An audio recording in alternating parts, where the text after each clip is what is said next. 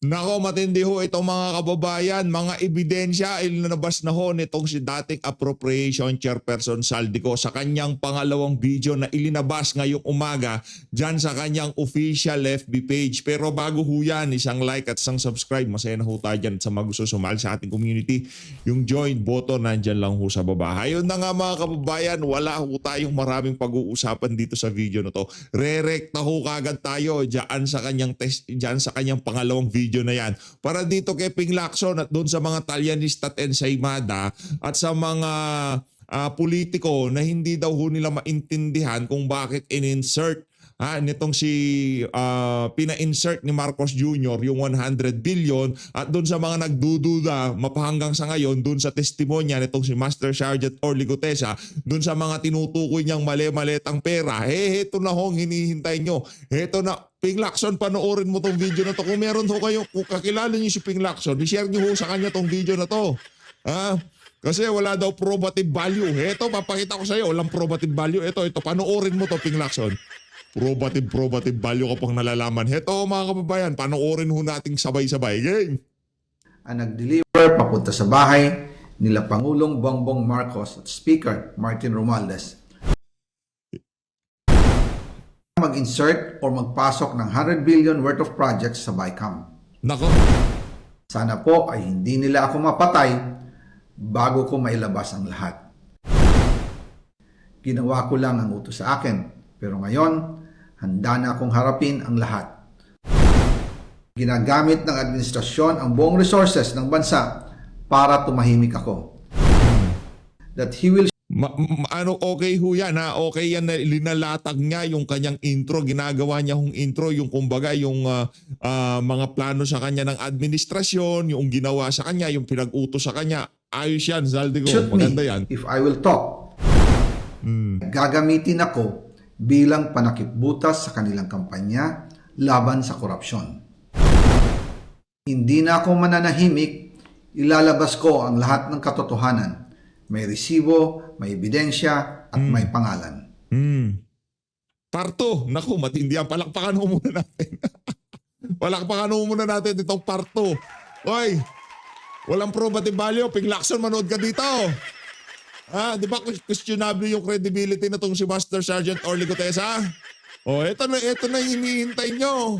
Naghahanap kayo ng witness na magko-corroborate doon sa mga testimonya nitong si Master Sergeant Orly Gutesa. Ito na. Bibigay ko na sa inyo. Again, I informed the Speaker and asked clearance about the instructions ng Pangulo. At ang sabi niya, wala tayong magagawa. Kaya po nagtataka ako kung bakit sinasabi ni Pangulo na hindi niya makilala ang budget. Samantalang lahat na binawas at dinagdag sa mga ahensya ng gobyerno ay humihingi ng approval sa kanya si Sec Mina Pangandaman. Bago namin ginawa o tinapos ni Senator Chis Escudero during the BICAM. Sinabi pa ni Sec Mina, everything is cleared with the President. Basta importante, pasok ang pondo na request ng Pangulo. The following day, sinabi ni Sec Mina, approve na si Presidente BBM sa lahat na binawasan na ahensya. Masaya na ang Pangulo dahil naipasok ang gusto niyang 100 billion insertion. Wala pong perang napunta sa akin. Lahat po ng insertion napunta sa ating Pangulo at Speaker Martin Romualdez. Teka lang ha, hindi pwedeng doon sa insertion, doon sa 100 billion walang napunta sa'yo. Pero meron ka sariling insertion. Alangan naman Brad, ikaw ang nag-i-insert, di ka ba mag-i-insert ng para sa'yo? Diba?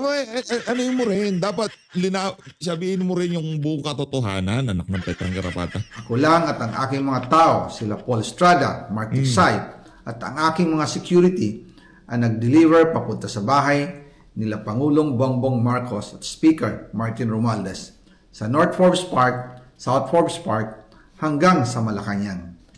Para sa AFP at PNP, okay lang ba sa inyo itong mga na to? Itong si Appropriation Chairperson, ako Bicol Party List Representative. Hindi ho yan security ni Zaldico. Yan ho si Zaldico. Yung mga deliveries po ay merong record ang aking mga tao. Nako. Totoo po yung sinasabi ni Orly Gutesa Nako po. na nag-deliver siya sa Forbes Park. Walang probative value.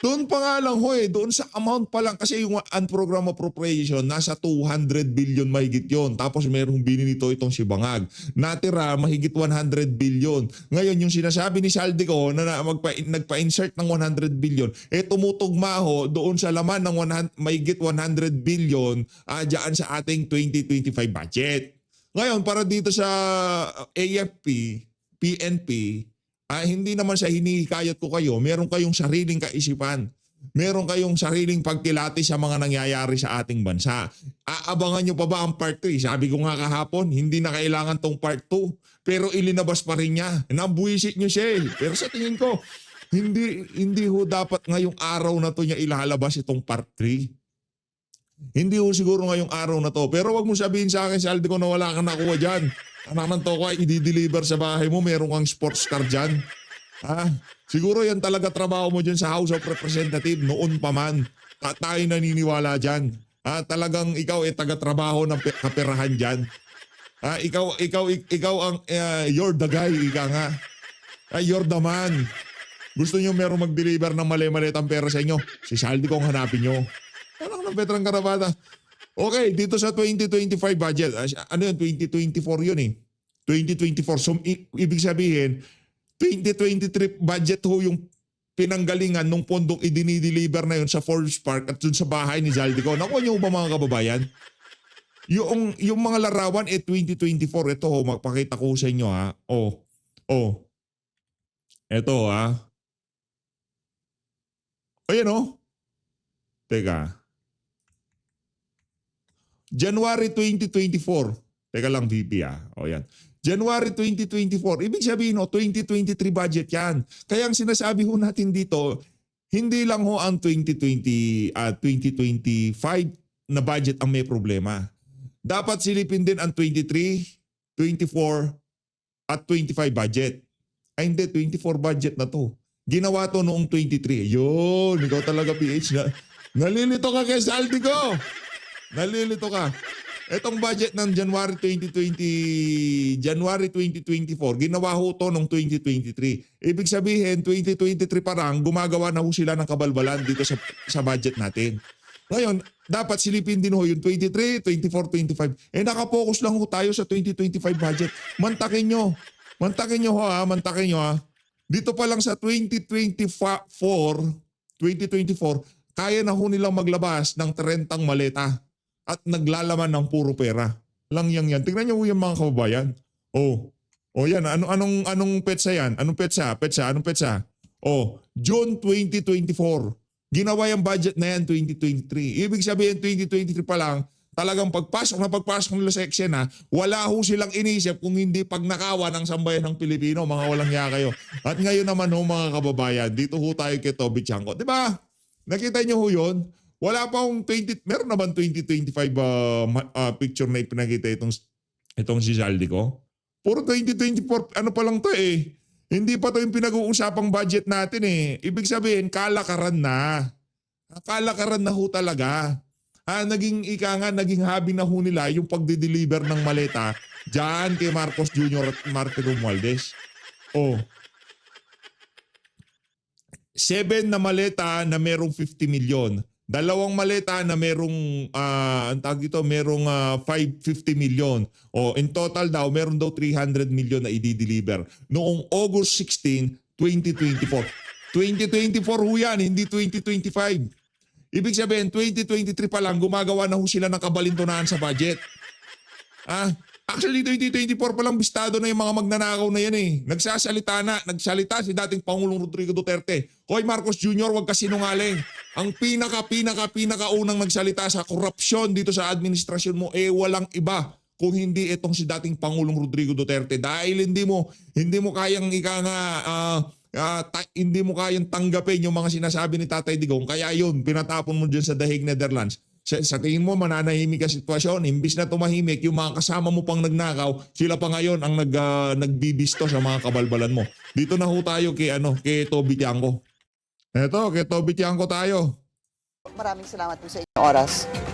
Yes, good evening Pinky. Pasensya di Ang guest ho nitong si Ma'am Pinky kagabi dyan sa On Point, itong si Toby Tiangco.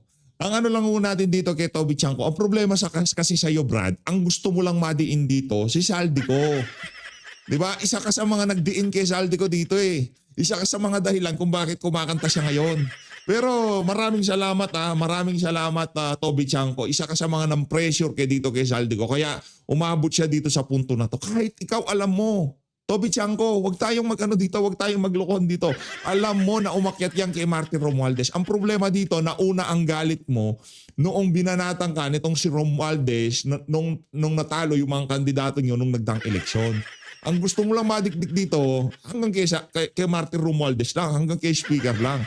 Ayaw mo umakyat sa Malacanang. Kaya ngayong umaakyat sa Malacanang, teka.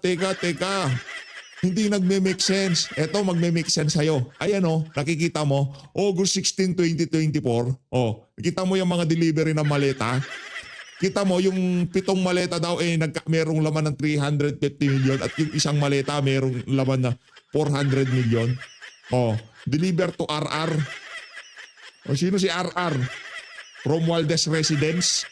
Ano ang petong garapata? Makakonect sa Zoom nasa kotse ako. That's all right. Congressman, first, Isa siya sa mga natataranta, isa siya sa mga pinagmumura siguro nitong si Lisa Araneta Marcos. Walang niya ka, banat ka kasi ng banat kay Saldico, yan tuloy. Kumanta siya.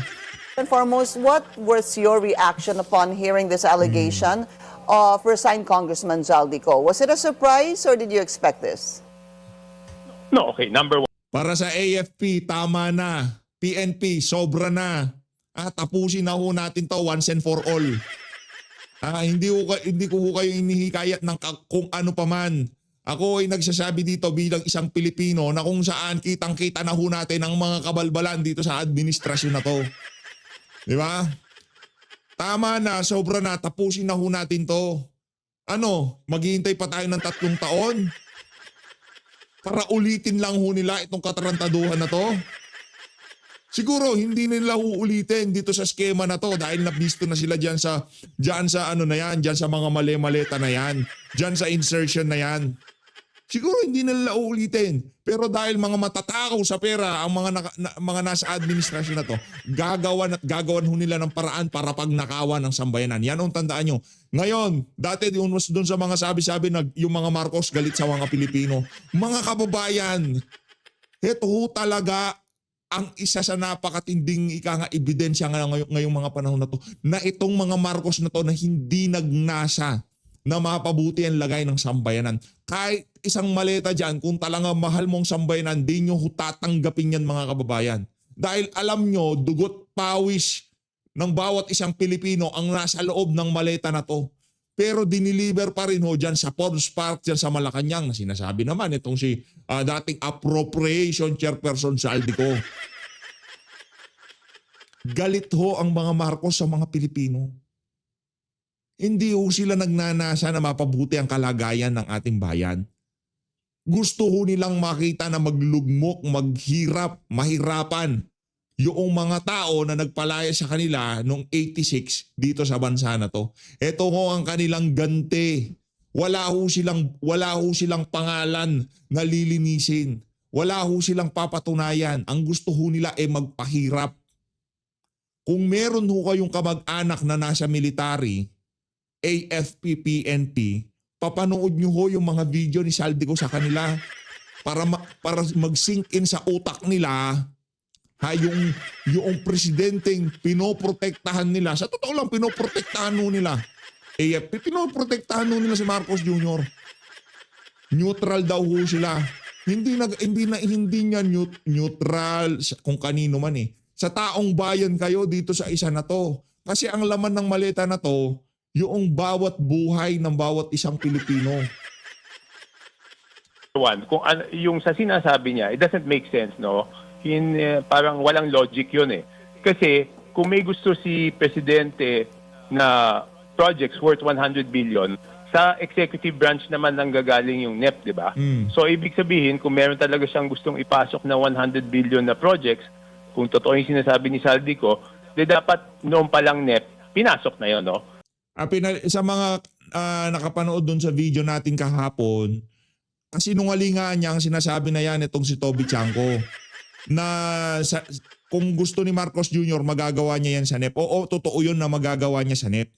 Pero ang problema ho, mahihimay ho yan diyan sa committee level ng Committee on Appropriation. Pagka humarap na yung mga bawat committee mga committee chairman, ay doon sa ang tawag dito, doon sa mga sekretarya ng agency, pagka umarap sila dyan sa Committee on Appropriation, kung bawat budget dyan, siningitan nila ng kinumpleto nila yung 100 billion, makikita ho sa budget. Makikita ng media, makikita ho ng bawat isang Pilipino. Kaya isiningit ho yan sa BICAM dahil hindi ho yan makikita. Wala hong minutes of the meeting, minutes of the hearing, wala hong ganun. Kaya yung sinasabi na yan ni Toby Chanco, kasama ho siya sa mga nagda-damage control ngayong mga panahon na to. Akala ko bang gusto mong magsalita si Saldico? Akala ko bang gusto mong ilabas niya kanyang nalalaman? Naunang galit sa'yo, Toby Boy.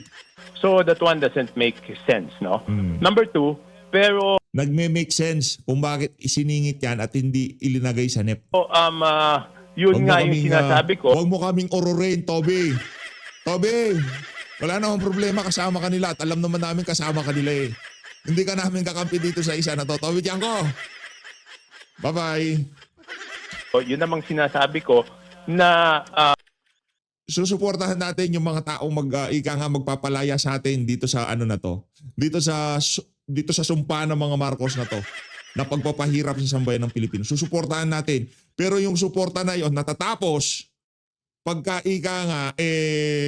linoloko na nila ang naratibo. Kagaya ng ginagawa nitong si Toby Chanco na to. Ilinilis niya yan. Hindi daw nagme-make sense yung insertion. Ba't hindi sa NEP? Si Raulo ka pala eh. Pagka linagayang sa NEP, edi kinalkalin sa committee level.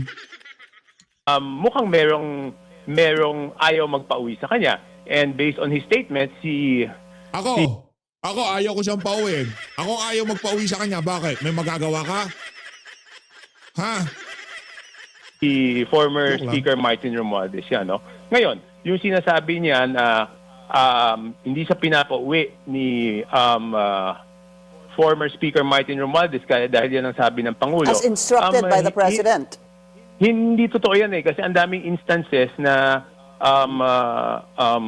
sinasabi lagi ni Martin na ganito, utos ng Pangulo, hindi ko gagawin yan kung wala namang go signal. Pero iba eh. I mean, I've personally seen na iba yung mga ginagawa niya sa utos ng Pangulo. So, yun, hindi naman ibig sabihin na totoo yun. Okay. Maaring sinabi talaga ni former Speaker Martin Romualdez yun, pero hindi ibig sabihin na totoo yun. Isa-isahin ko lang po, Congressman Tiangco. First, Okay. you said dun sa NEP. Alam naman po natin na nanggagaling talaga sa executive yung National Expenditure Program before it actually goes to the House of Representatives for its review. Ano po? Hindi ho ba nagkakaroon din, please correct me if I'm wrong, because there is talk that even during BICAM, there could be insertions or even amendments that ikaw na po nagsasabi, hindi ho ba, na nilagay posible ni Zaldico. If somebody like Zaldico can insert or amend something during BICAM, why can't the President, sir? Hindi, kasi yung wala namang parte ng executive branch na nahandun sa BICAM eh. Ang nahandun sa BICAM is Walang parte ng president na nasa BICAM, di ba? Ang ano lang doon, nandun lang yung pinsan niya na si Martin Romualdez. Anong executive? Brad, pinsan ni President Bongbong Marcos ang nasa BICAM. Huwag tayong maglokohan. Ikaw, yan ang ayaw ko sa'yo eh. Toby Chanco, nag-good-shot ka na sa amin eh. Linoloko mo na naman ang usapan. Walang miyembro ang executive dyan sa BICAM. Walang miyembro. Pinsan niya, speaker. Ano kasi, Raulo? Insan. Singit mo naman. O tapos ang usapan. Yan. Tsaka yung pagkalatag eh. Tinawagan ako ni Pangandaman. Tinawagan ko si ganito. Sinabi ko kay speaker. Anong sabi ni speaker? Pagka-utos ng Pangulo, hindi pwedeng. Yan eh. puro congressman at senador eh. So hindi magagawa yun ng cabinet secretary. Ang pinapalabas ni Saldico is inutos sa kanya na magpasok ng 100 billion. Hindi Sinong nag-utos? Ang sinabi dito, hindi lang naman si Pangandaman eh. Bakit hindi pa sinisibak si Pangandaman? Korupsyon na ho. Nakakabit na ho ang pangalan niya sa korupsyon. Huwag kayo mag-alala, ha? Si Pangandaman, kakanta din ho yan, okay? Kakanta din si Pangandaman. Huwag ho kayong mag-alala. Si Pangandaman, ngayong oras na to, yung puwit niya, parang mayroong lighter na nakasindi doon. Di ho siya makaupo. Merong nagbabagang uling na nasa puwit ni Pangandaman ngayong mga oras na to. Hindi ho niya malaman kung ano kanyang gagawin. After 5 days, tignan niyo yung pagmumukha ni Pangandaman, mag-iiba itsura niyan. Pagtatransform yan, kagaya ng pagtatransform. Nitong si ano pangalan to, Vince Dizon. Si Vince Dizon, malaki din problema niyan eh. Kaya aso na aso siya eh. Diyan sa kay Marcos Jr. Malaki yung problema ng mama na it yan. doesn't make sense kasi kung may mga gustong proyekto si Presidente na isama doon sa budget na worth 100 billion, dito na lang sa NEP inilagay yun. Bakit naman i-insert pa? So walang ibig sabihin yun. So you would categorically say, Congressman, that no president that you know of, even in the past, kahit na po sabi-sabi lang po, na pagdating po ng BICAM ay yung executive hindi po nakikialam, yung katotohanan lang po sa BICAM at sinabi, sandali, parang medyo may kulang dito. Paki-insert nga to, dagdagan natin ito. Si Tatay Digong nakialam siya sa budget. Ako sinasabi ko na nakialam siya sa budget. Anong pakikialam na sinabi nitong si Tatay Digong? Pagka binabo niyo yung budget na yan, i-veto ko yan. Yun, ganun makialam si Tatay Digong. Ganun siya makialam.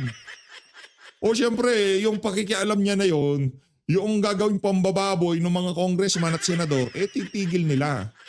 Yun ang ginagawang intervensyon ng dating Pangulo sa budget. Pagka binaboy niyo yung budget na yun, ibibito ko yan. Buong budget ibibito ko. Anong line item.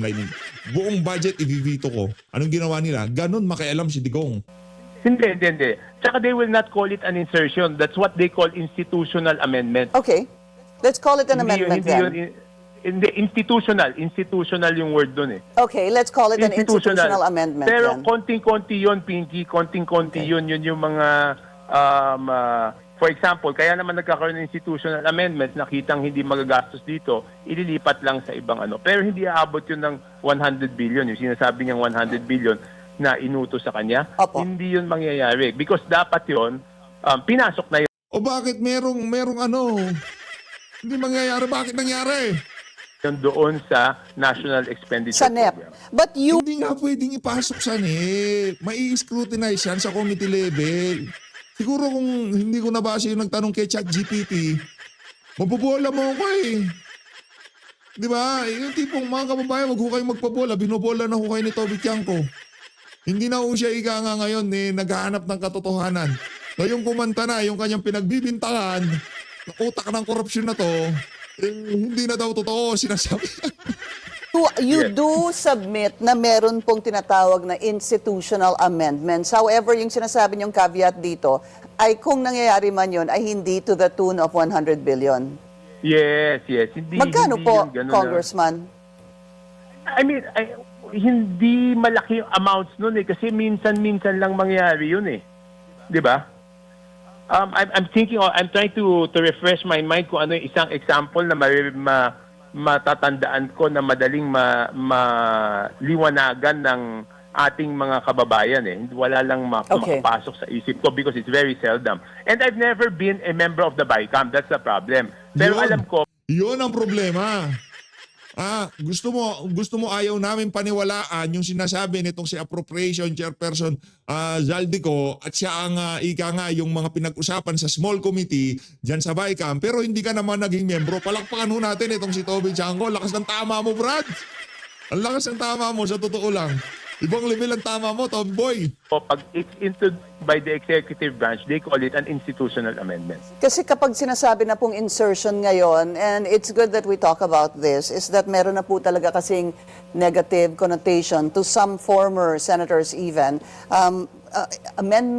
Insertion could actually also mean amendment, hindi ho ba? Pero ngayon kasi pag tinatawag na natin yung sinasabi na po natin, yung salitang insertion, hindi na po maganda ang ibig sabihin. Dahil pag sinabing insertion, ay meron pong kickback. Alright, number 2, the second Hindi, yun ang sinasabi ko, di ba? Pag insertion, ang dapat sagutin ni Saldico instead of diverting the issue is yung kanyang pinasok. Di ba? Kasi yung sa kanya madaling i-trace. For example, Bulacan. Okay. Sinabi ni Engineer Alcantara, no, na merong binaba sa kanya si Saldico na X amount of projects at hiningan siya ng 20%. Yun, madaling i-check yun, Pinky. Punta ka kasi. Punta ka doon sa Facebook page nitong si hindi naman puro lawa yung ginawa niya. Ilinabas at naglabas siya ng ebidensya. Tingnan mo yung mga dokumentong ilinabas niya. At kung sakaling hindi mo pa napanood, sabagay kung pinapanood mo itong video na to, napanood mo na itong itong video niya na to. Abangan mo part 3, kailan ka makukumbinsi? Sa part 3, abangan mo yung part 3. Kung di ka pa kumbinsido, dito sa part 2, part 1, di ka kumbinsido kasi dapat sa NEP na ganyan. Kahit alam mo naman kagaguhan yung pag-ilalagay. Sorry kabalbalan yung paglalagay sa NEP ng budget, di ba? Kasi ma-scrutinize yan mahihimay yan ng mga tao na kaya lalagay yan sa WICA mo. Hindi ka pa kumbinsido doon. Ngayon dinabas tong part 2, hindi ka pa rin kumbinsido kasi ang gusto mo natatapos kay Saldico lahat ng kalokohan na to. Yan ang problema sa'yo, Toby Tiangco. It is so easy to check. Titignan lang natin yung NEP. Mag-vlog ka na lang. Yung anak mo, samahan mo, mag-vlog kayo. Magpakending-kending na lang kayo. O kuha kayo ng bato ng anak, pukpok mo sa ulo nyo. Anak na to, yan ang problema sa inyo. Mag-vlog ka na lang. Mag-vlog ka na lang. Sa tingin ko, mas magaling kayong mag-vlog ng anak mo. Habang kumakain ka, sumasayaw sa gilid mo, mag-vlog ka na lang. Wala kayong puwang sa politika kung ganyan kayo mag-isip. Anak ng tokwa, nagsusumigaw ng mga ebidensya, sasabihin mo, hindi nagme-make sense. Yan pa nga lang ang nagme-make sense. Yung mga maleta na yan, nagme-make sense. Kung bakit napakalala ng bagyo dahil sa mga maleta na yan. Kung bakit nagsadsad ang ating ekonomiya dahil sa mga maleta na yan. Hindi pa rin nagme-make sense. O kuha ka ng bato, ipukpok mo sa ulo mo, malamang sa malamang magme-make sense lahat ng nangyayari ngayon sa bansa na to. Yung items na ba yan, wala sa NEP. Kung wala sa NEP at totoong in-insert, wala nang ibang makakapag-insert noon kung hindi si Congressman Saldico. Kaya nga. So, kung sinasabi ni Engineer Alcantara, in-insert yon ni Congressman Saldico at nakita nating insertion yon at sinabi ni Engineer Alcantara na may kapalit na 20 to 25% yun ang totoo. Does it look like, sir, because the former congressman is basically saying siya ay panakip butas lamang. In fact, he says that pinapatahimik daw siya and meron siyang mga resibo, meron siyang ebidensya, at meron siyang documents. The reason... Pwede ilabas niya, di ba? Ilabas niya kung ano yung sinasabi niyang mga ebidensya niya. Ilabas niya at panumpaan niya. Hindi naman pwedeng salita siya ng salita. Tapos, he will not swear under oath na totoo yun. Hindi niya na kailangan panumpahan, anak ng tokwa. Hindi niya na kailangan mag-swear. Wala na, dala na kami dyan, yung notaryo. Walang bilang sa sambayan ng Pilipino yan. Walang problema sa amin. Nanumpa siya, hindi siya nanumpa. Wala. Alam mo anong kailangan na ebidensya na makita ng sambayan ng Pilipino? Yung lubog sa Cebu. Yung lubog sa Metro Manila. 'Di ba? Yung lubog sa Bicol. Anong oath? Kabalbalan yung oath na yan. Mag-oath ka tapos mamaya-maya yung abogado, atras kahit pinirmahan, meron siyang assistant na pumirma sa mga dokumento. Wala na yan. Wala kami respeto diyan sa notaryo. Basura yung notaryo na yan. Sinasabi ko sa inyo, sa lahat ng magsasalita dito sa issue na to, kung dadalo kayo ng hearing, wag nyo nang ipanotaryo yung mga dokumento nyo. Sabihin nyo yung chairman, Chairman, meron mo ba kayong abogado dito na magnonotaryo? Video nyo baka umatras din ho. Doon ho kayo magpanotaryo sa mismong Senado, anak ng Pedrang Garapat. Wag ho kayo magpapanotaryo sa labas. Isang tawag lang yan. Aatras ho yung abogadong di umanong nakapirma. Dahil hindi naman talaga siya nakapirma doon. Assistant niya doon sa Notary Public Office na yun. Wala ho tayong respeto dyan sa Notary Publiko na yan. Nadala na ho tayo dyan kay Master Sergeant Orly Gutierrez. Sa bagay, ito naman yung mga malitang tinutuko niya. Napakarami, ibang klase. Di ba? Para magkaroon ng legal value yung sinasabi niya, ilabas niya at panumpaan niya. Congressman, why do you think nilaglag po niya. Yun na lang po yung gagamitin kong salita. Ang Pangulo ay ang dating Speaker.